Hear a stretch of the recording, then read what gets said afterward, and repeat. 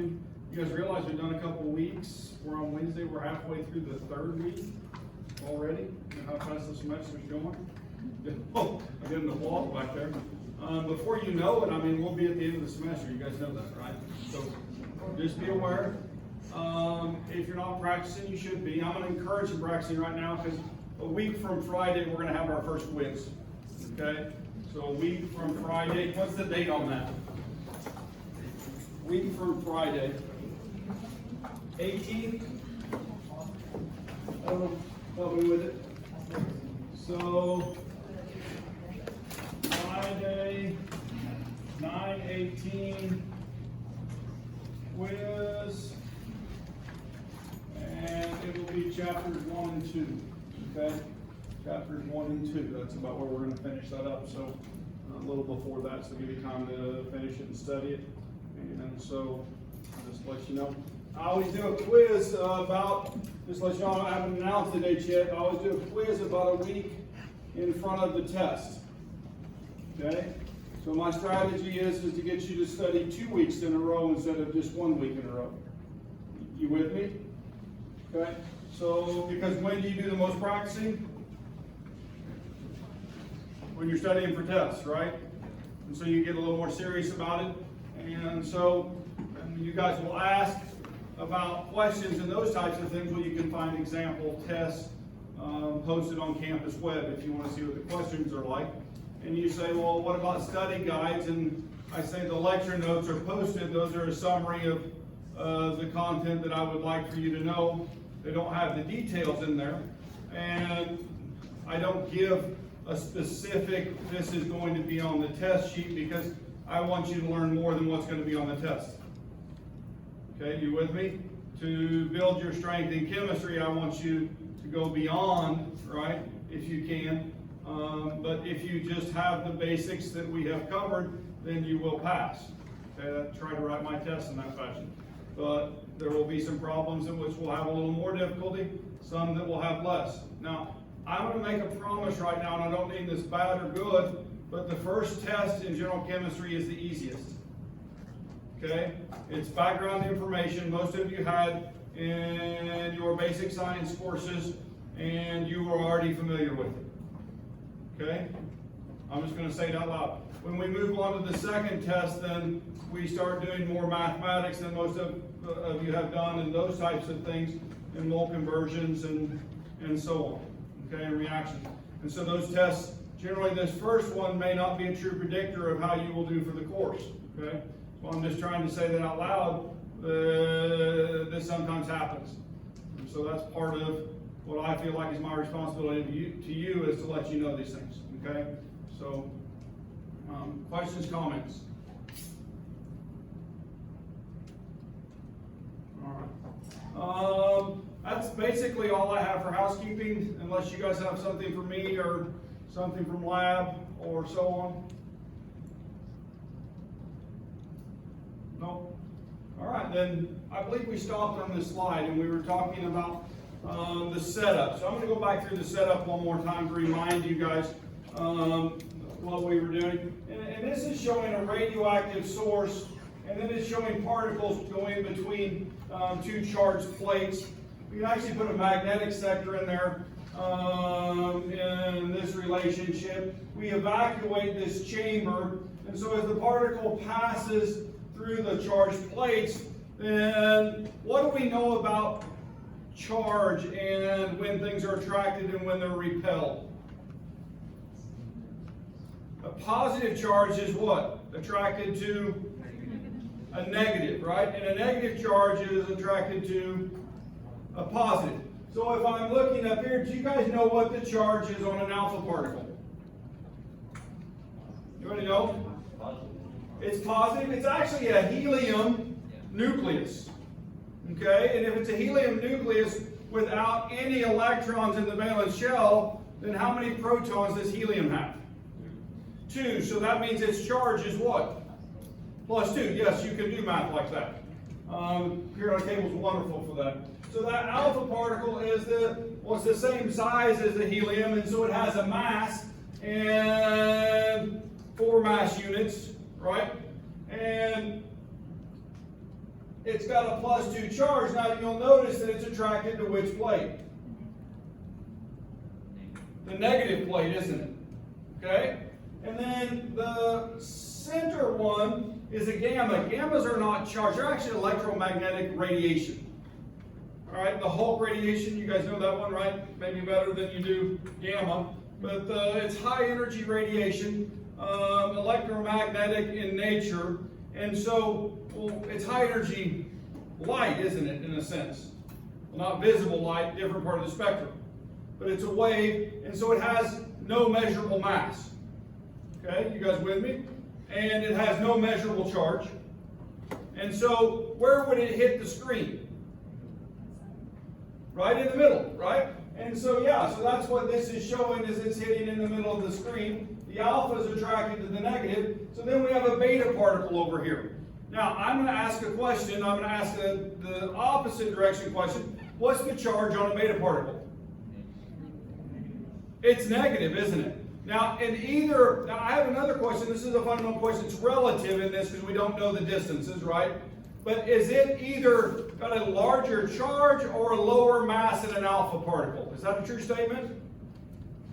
It either has a higher charge or a lower mass. Would you guys agree with it? Is that a true statement? Yeah, you can tell because it's much farther from the gamma than the alpha is. Now, in terms of particles, alphas are pretty massive. Okay? Well, for, small particles, well, they're much larger than electrons. Okay? Now, a beta particle, if you know it or not, is from the nucleus, but it's the size of what? An electron. Okay? It's the same size as an electron, has about the same mass as an electron. So, guess what?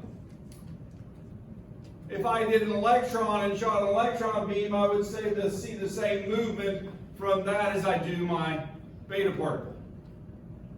Cool? All right. So all of a sudden, I'm showing you an experiment right here, and experiments like this one are how we got our fundamental understanding of how an atom is put together. How we went from Dalton's perspective that atoms were indivisible to modern day where atoms have subatomic particles. You guys with me? And those experiments have gone far beyond what I'm going to show you today. And you start looking at the particle accelerators and those types of things and the energies they can create. It's amazing what we can do. So these are all the things that I just said, alpha, beta, and gamma. We also have a positive charged radioactive emission called a positron. Okay, so it's about the same size as an electron. It's emitted from the nucleus. And I'm mentioning here, we'll cover this in second semester a little bit more. We also get ions when we fragment molecules or hit them with a beam of electrons and those types of things, or in radioactive decay. We get those from those processes. And so all of these can be looked at with the technique that we're talking about. These are just slides that are summarizing what I said verbally a second ago, so I'm not going to spend a lot of time here. But our alpha radiation is the helium-4 nucleus, and so it comes out of a nucleus, and we get, in radioactive decay, a new element in that process. Beta radiation, we get a negative charge from the nucleus, so we have a neutron that turns into a proton. So in that case, we get another new element whenever we have beta decay. And so we'll talk about that, like I said, second semester. They have very little mass and a -1 charge. They're the size of an electron, right? And then our gamma nucleus has energy levels that are very high, highest energy, but no mass, and it comes from the waves. And usually you get a tandem, right? When you're getting gamma, you're getting either beta or alpha with that, okay? And so there's a lowering of the nuclear energy and through these processes. So anyway, but I put those up just so you guys would have those to help you understand the cathode ray experiment, okay? This is one of the early experiments. J.J. Thomson, he was a physicist really. We claim him in chemistry, but that's not true. That's just like Marie Curie. She worked in both physics and chemistry, right? But really she's a physicist. You guys realize that, though we like to claim some of these people because their fundamental work allows us to do our work. Does that make sense? And so we like to say we share them. I'm not sure that's a reach, but so in the same way that other instrument was built, we have a glass tube that was evacuated and sealed, and then electrical currents are connected to plates, and we get a beam of rays coming from a metal cathode. So if we take a piece of metal and we put a cathode, positive charged cathode, and a negative, looking for a word right here, electrode, thank you. And if I have those two together in combination and I put enough voltage through it, then what happens is I generate a beam of electrons from my cathode. You guys with me? Okay, so determined to have charge. We can do it with all kinds of metals. And actually this website, this CRT website, maybe I should click on that.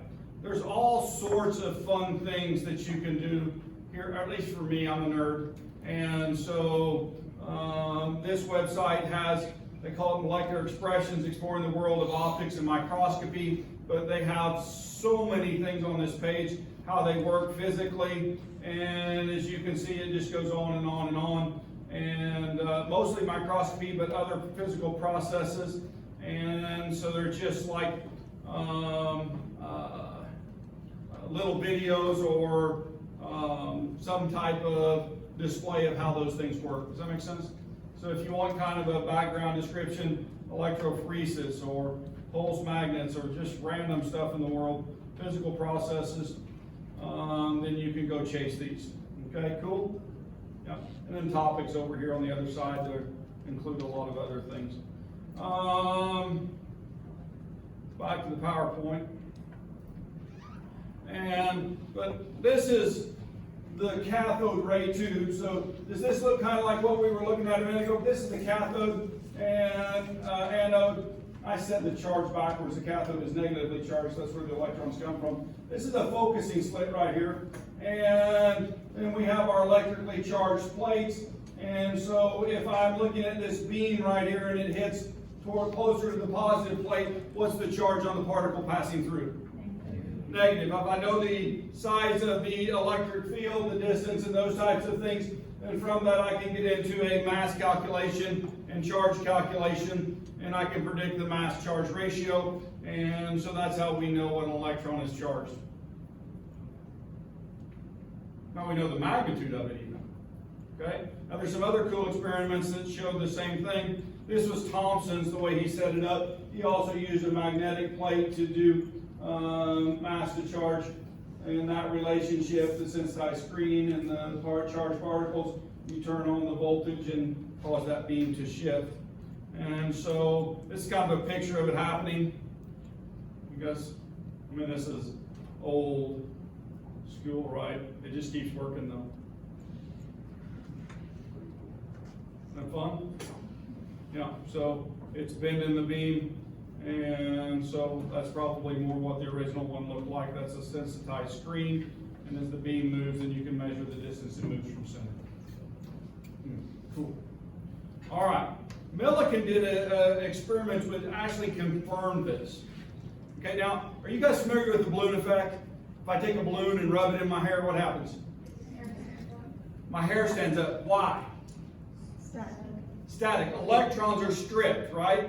And they're moved, so I get an electron density that's moved on the surface, and so I end up with regions of positive, negative charge, right? You guys with me? And so, well, Millikan's experiment works in that same fashion. Whether you know it or not, when things, for example, even airships travel through the air, and all those atoms are passing along the face of the airship, then it causes a shift of charge. They believe that's what brought the Hindenburg down. Do you guys realize that? There was a static buildup on the surface. That jump sparked the hydrogen on fire. That's one of the theories of what happened. Okay, you guys with me? Well, the same thing happens if I spray a substance, right? And so this is called a nebulizer. That's the cool word for a spray bottle, right? So if you want to impress your friends and you're spraying something, oh look, I'm nebulizing this. So anyway, so if you spray that, then what happens is it moves rapidly through the chamber. It takes those electrons and strips them. Okay? Now, he's spraying an oil that he knows the density of the oil. You guys with me? He knows the density of the oil. And then he can take a microscope and look inside and see the drops. And he's got a scale in that so he can measure the drop based on his observation of it. You guys with me? So he knows the circumference, assuming that it's a sphere. Can he calculate the volume of that? And if he knows the density and he knows the volume, then what else does he know about the particle? He knows the mass, right? And so now he's got these droplets that have charge because they've been nebulized, and he knows their mass, right? And then he puts charge on these two plates, and they suspend, right? And so he sits there and nebulizes, lets a few drops get in there, measures their size, knows the charge on the plates. So then if he knows the mass and he knows the charge magnitude, he's got a mass to charge ratio. And he found out that this worked in increments, right, that were of the same magnitude. And so what this did was confirm that there was a particle that's negative, right, associated with this, and then he calculated the charge on that electron. Isn't that crazy? This is with a spray bottle and an optical microscope and a battery. This is powerful science, guys. Right? It's crazy. So he got to about 1.6 times 10 to the minus 19 coulombs. That's the electrical charge of one electron. Yeah. So we've got one scientist who's seeing it, the electron itself, right? And this one is indirectly measuring it based on charge to mass ratio. That's cool. Okay? Just throwing it out there. All right? Now, how many times would you have to repeat this to get? That's a lot of, right? Not days. Probably by the time you finally perfected the experiment, this probably went on for a couple, 3 years. Think about that, right? Then you confirm the results you finally publish, you take it to meeting and you present it to the world, and ultimately, back in these days, a few years later, it would, maybe even 10 years later, it would show up in literature, right? That's kind of crazy. So, it's amazing, all right? So, that was Millikan who was doing this experiment. Our first experiment was J.J. Thomson. I move on to another scientist, Rutherford, okay? This, to me, I just love this experiment. It's one of my favorites, all right? I don't know why. I also think that he's kind of defined in his appearance. I don't know. When I found that picture, I just loved it, so I put it on there. But Rutherford was Thomson's student. And so he's trying to go and prove some of the stuff that they're learning about in their technique and processes and those types of things. And so there was a plum pudding model. Okay? You guys know what plum pudding is? Just imagine putting raisins into pudding. You guys see that, right? And so, and what he says in this plum pudding model is that there's regions of positive and negative charge throughout the atom, right? Much like you would find plums in plum pudding. Cool? You guys with me? So he set up this experiment, and so he said that if he took a source and he shot a beam of alpha particles at a material, okay, what he used was gold foil. Now, I don't know if that's the only material he used, but the gold foil was the one that was successful. So now, what do you guys know about gold? Is it malleable? You guys ever seen gold leaf? You can take very little gold and pound it out into a very thin leaf, right? And do an entire book lettering for not that much. You guys with me? So what it says is that gold can become very, very thin, a couple of atoms thick. That's what he did. He made a gold sheet that was very, very thin. shot the alpha particles at it. Now, what he said was that if mass and charge are diffused, the alpha rays will pass right through. So he's expecting to take these alpha particles, shoot at the gold foil, and then just hit the sensor on the back side. It's actually not a sensor, it's actually photographic paper at that point, or a luminescent surface, depending on how you set the experiment up. All right, and so alpha scattering, alpha particles have a plus charge, and they're small in mass, but in terms of this, they're actually, well, we'll talk about his results. Most alpha particles go straight through, a few deflected to the side. There's some that came straight back, right? Now, for something the size of 4 atomic mass units being thrown at gold, right, AU down there, then if that massive part of it was scattered throughout the atom, then it would have just gone right through and taken it with it, right? It's kind of like, you know, watching football, and you got a guy that weighs 300 pounds, and he's blocking a guy that weighs 100 pounds, right? What happens? He goes right through him, doesn't he? You guys with me? But now wait a minute. What if he hits a guy that weighs 400 pounds? Is that different? Yeah. He's going to be stopped, isn't he? Well, unless he's got good technique, we talk about that. I'm just talking about the mass thing, okay? Mass going at the same speed. All right, now, so if we're looking at this, I like this picture the best, okay? And so what this is showing is that source. Now, all of this is evacuated, it's in vacuum, right? Because that's really important, because you guys know when I know something about alpha particles, they're so massive in air. If I have an alpha radiation source in air 10 centimeters, an alpha particle goes 10 centimeters before it runs into something, at the most. Usually runs into something before that. So, and in fact, I don't need the same protection from alpha particles as I do from gamma, because gamma just passes through, right? And it affects my nuclear material and those types of things. Alphas hit your skin and bounce off. The recommended protection from alpha radiation is a pair of nitrile gloves, right? The same ones we have in our labs. That's the recommended protection.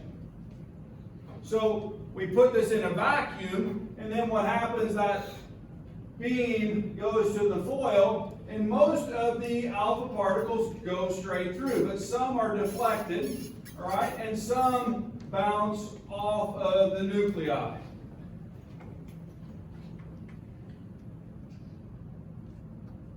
Rutherford said it was like shooting a piece of paper with a 20-inch cannon shell and having it bounce back.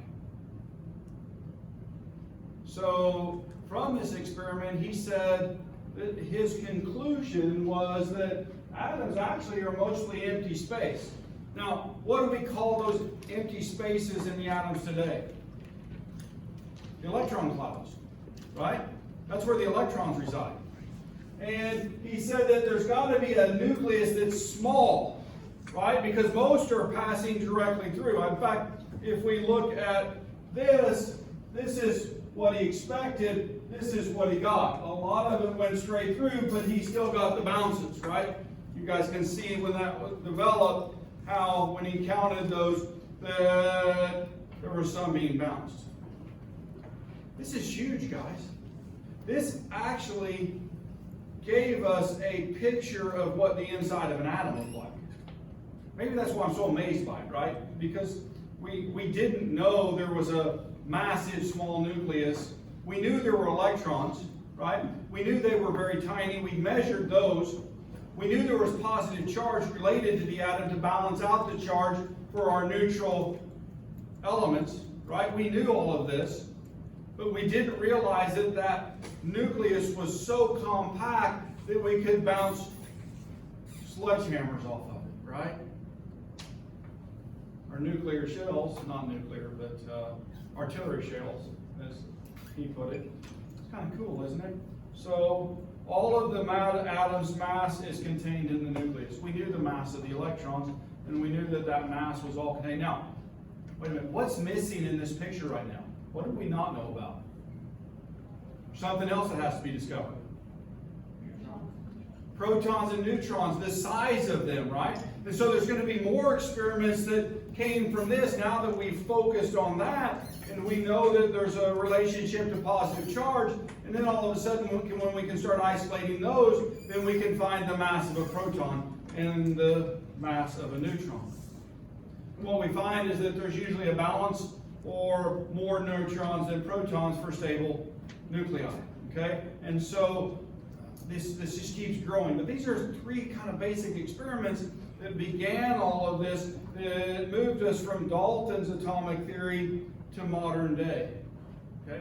Now we have other tools to look at and give evidence today. This is just showing the gold foil up close and showing the small nuclei, the alpha particles bouncing, and so fun stuff in my opinion, fun stuff. All right, so we went from a plum pudding model, somewhere I have a picture of that's been lost, but this to a small nucleus with negative charge surrounding it. Now, I have a question. Are the electrons in the valence shells, do they even have a role in this? Yeah, in fact, we're going to talk about another scientist not too long in the future called Bohr. Anybody ever heard of Bohr? Right? You may get bored with it, but I don't think so. I think some of his work is also as outstanding as Rutherford's. And actually, I use Bohr's work regularly. You're going to use it in lab, not this coming week, but the following week. You're going to use spectroscopy, and we'll talk a little bit about that and the tool that he used. So just looking forward to all of that. So what we got to from these experiments, the ones I just talked about, were understanding of electrons and the positive charges of the protons in the nuclei, and that the mass of an atom was all contained in that small nuclei. And so ultimately, experimentation led us to what we feel is common knowledge. I think everybody in here was at least exposed to this in high school. Is that correct? Yeah. Right. So this is fundamental, basic understanding to us. There was a quote. Oh gosh, I wish I could remember.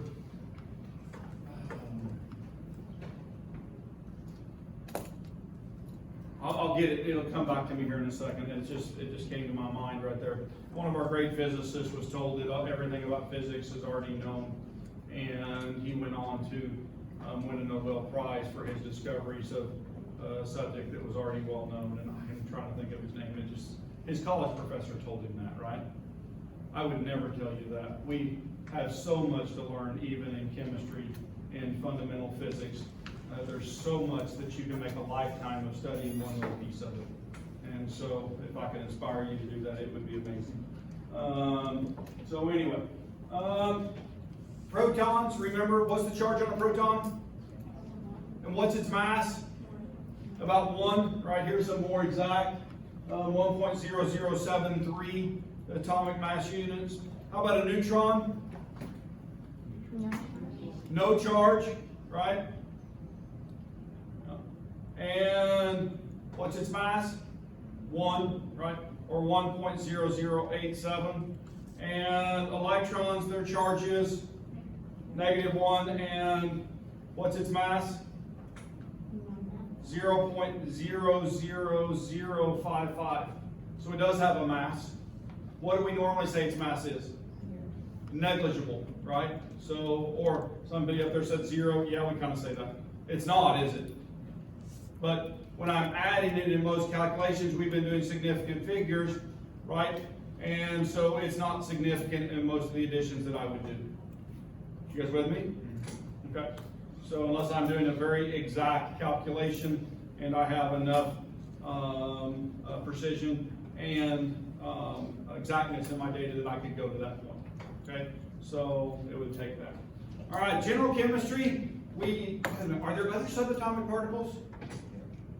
Yeah, we can go into muons and gluons and all those fun things that physicists give cool names to, right? But we don't use those in here. If you want those, go take Dr. Fennell's class, and she'll just do a little bit of discussion on that, or go on to graduate school in physics. So, but physics is fun, PHUN. All right, So in general chemistry, we're worried about the size of atoms. That comes from the number of protons and neutrons, and then in that relationship, the number of electrons to balance that. And we get the atomic number and mass number in that relationship, and what isotopes. What's an isotope? Different number of neutrons. Right? Different number of neutrons. So if I have there's 3 hydrogen isotopes, for example. There's hydrogen, right? There's deuterium, and then there's tritium. And so the first has 1 proton, the second has 1 proton and 1 neutron, and the third has 1 proton and 2 neutrons. Okay? The third one is radioactive, and it's one of the problems with nuclear wastes, and we'll talk about that. And then somebody's being found. And then atomic mass calculations, we're going to work on those. Atomic symbols. So if I'm looking at this symbol, what would I define this as? What's the element? It's zinc. Is it an isotope of zinc? The answer is yes, right? And the reason I know that is because it's giving a mass number. Okay, what's the mass number? 67. That's the number. But what's it representing? It's representing the atomic number, which is 30, right? Plus what? The number of neutrons in that isotope. Okay? So if I asked you how many neutrons there are in zinc 67, how would you find that? 67 minus 30, and 67 minus 30 is what? 37. Okay? So there's 37 neutrons. All right? And so now what about this number? What's it telling me? It's the charge, and what's the charge? Plus 2. If I know the charge and I know the number of protons, can I tell you how many electrons are present on that atom? Yes. I can, can't I? So there's a lot of information here. How do I do that? How do I get the number of electrons up there? It's the charge, right? Plus 2. 30 minus plus 2. 28 electrons, because to get a plus 2 charge, I need 2 less electrons than I have protons. You guys with me? Yeah. So the valence shell is deficient. I have what's called a what? An ion. So not only is this representing an isotope of zinc. Now, zinc, if I find it on the periodic table, where is it at? Number 30 right there, right? What's the difference between the 65.409 and that 67? Huh? About 2.5 if you do it numerically. But why is there a difference between those? This is a calculated number. You guys know that? It's the average of all the common occurring isotopes. It's a pi thing, right? There's multiple isotopes, and we take those percentages times the isotope to find the whole piece of pi. We add those together. We'll do that here in a minute. So anyway, any questions on this? Guys see the usefulness of being able to do this? Yeah, it is useful. Here's the periodic table number, right? Top number, the atomic number. Bottom number is the atomic mass. And the middle is the elemental symbol. Now, are there periodic tables with... I'm going to take this off. Can I take this off? Yeah. Didn't realize how suffocated I was until just that moment. It's just like it caught up with me. The periodic table, there are often some with more information on them, right? But I can use the limited information on this to do so much. It's amazing. This is a tool I will never take away from you. There are people, teachers in the world that remove the periodic table from the wall, want you to memorize it and all those other things. That is not Dr. Garrison. Okay? It would be, in my opinion, it'd be like a mechanic and taking away his wrenches. Okay? That's how valuable it is for our daily practice. I can't think of a day in the last 20 years that I've been on campus that at one point during the day or another, I haven't used the periodic table. You guys with me? Yeah. So it's so valuable, I would never remove it from you. Okay? So, top number, atomic number, bottom number is the mass. It's a weighted average. That's what I was expressing a minute ago. It's a pi question, right? Takes into account the mass and percent of natural isotopes, and if in parentheses indicates the mass of the most common or most stable isotope. Okay? Generally, there's no naturally occurring on those. All right. Mass spectrometer. I've redone this slide. Somehow I keep opening the old one. If I'm looking at this, this is a lot like the Thomson device. Okay? You guys with me? It's a lot like the Thomson. This is a vacuum evacuated chamber, right? You put a sample in. Now, in this case, I can take an element and put in there, right? Or a chemical compound, right? And in this particular case, there's a heated filament which produces an electron beam. Okay? Now that electron beam is used, now this may sound backwards, all right? But if I shoot high-speed electrons at something and one electron hits another electron, it's kind of like a pool table effect, right? Where the energy is conserved, they hit each other, and if you hit it with enough energy, then it will kick that electron out of the valence shell, right? Or if I give it enough energy, I can get an inner electron, right? But I usually have to go to a different method to do that. So the way we're doing it right now, we're going to get a valence shell electron, and if we got an inner one, it would get knocked out. But when I do that, then what happens? Well, what happens if I knock an electron out of my valence shell? I become what? An ion, right? I have charge. Are you with me? Okay, now, if I focus those into a narrow beam of ions, okay, and then I run it through a magnetic sector. Now, I can actually do this with electromagnets and ramp voltage to change the magnitude. And so I can scan through, well, I'm going to scan through molecular weights or atomic weights. You guys with me?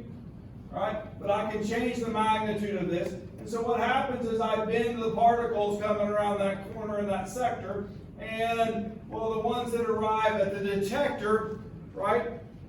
I can have that detector where it sees that focused beam. And so I can start separating, well, literally isotopes of a single element or isotopes of a molecule. Now, isotopic ratio of molecules include all the atoms that are present, and so you start getting wider trees, as I call them, right? And as you take more advanced classes like quantitative chemical analysis, you'll start seeing these things, right? I'm going to give it to you in this way right now. And so this is a picture of some data from one of those devices. Neon was put into that sample port. It was hit with the electron beam. We made neon at least +1, okay? And then we put it into the magnetic sector. And what happened, we found that there was 90% of that sample that had a mass number of 20. You guys with me? So that means that if I write neon on the board, I'm going to write neon. And where am I going to put that 20? I'm going to put it right there, right? And how many protons if I put that on here? 10. And it's going to be a +1 in this case. Okay? And so then I ended up with another neon, and what's its mass number? 22. We want to do that one next. And it's got a positive charge. And then I got one more. Do you guys see it? It's a really little bump. It's 21, isn't it? And so 21 times neon, right? And so I've got these 3 isotopes of neon. Okay? You guys with me? Now, what I want you to do is multiply 20, this is on your paper, times 0.9092. 0.9092. 0.9092. And then I want you to multiply 22 times 0.0882. And then I want you to multiply 21 times 0.0026. And I want you to add those three numbers together.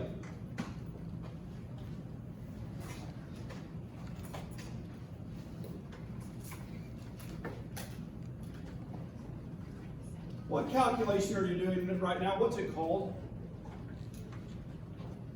It's a weighted average, right?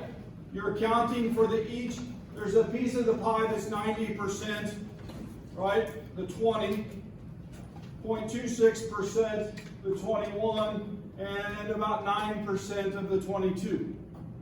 Okay? Those are the three pieces of the pie. You just calculated the mass of each of those. Now, you got them added together, right? Is that correct? I want you to go up and compare it to the number right underneath the NE, right there. Did you get the same answer? Yeah. You did, didn't you? Because those are the three naturally occurring isotopes of neon, and that weight was calculated from that weighted average from this experiment. Cool? Yeah. So this is how we know all of those weights on the periodic table. Now, you actually have to have a standard to do this. Something to measure by, right? Does anybody know what the standard we use in this process is? I don't know, I've got that down here somewhere. For some reason, my brain wanted to go right there. So, this is a sample calculation of what I just had you do. Okay? Now, if you'll notice, there's an asterisk down there that says by definition. I want you to look at that top calculation. What do you see up there? 12.000000000, a whole bunch of zeros, right? That's the carbon-12 isotope. It's the standard by which all of those masses are measured on the periodic table. Okay? That's the standard by definition. And so everything is relative to that weight. Cool? It's kind of fun to me.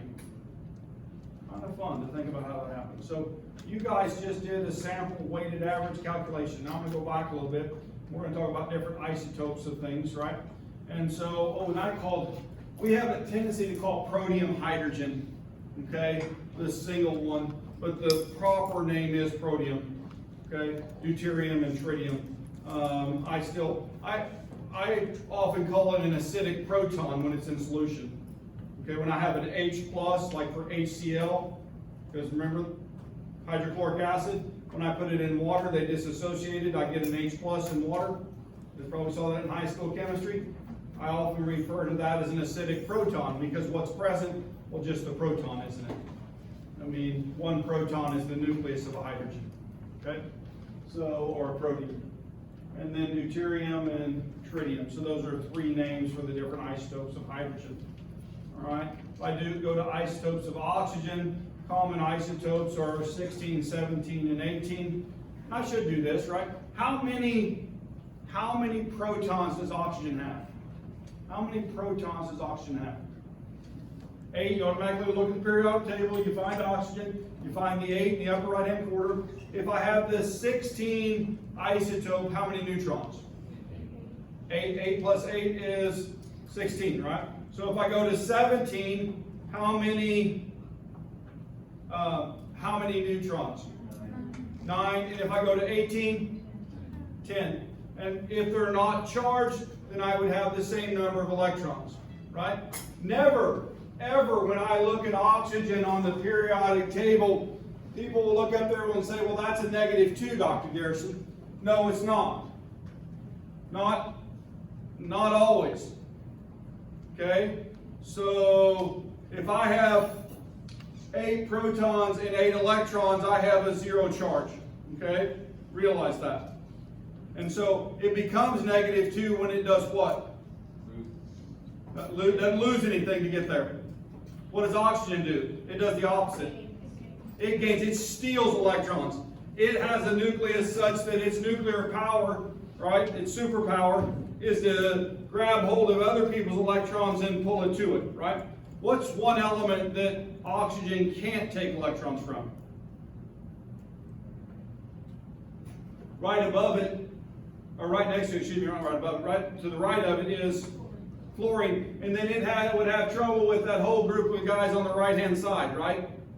Other than that, oxygen can pretty much take electrons from anybody else on the periodic table. It's a bully, right?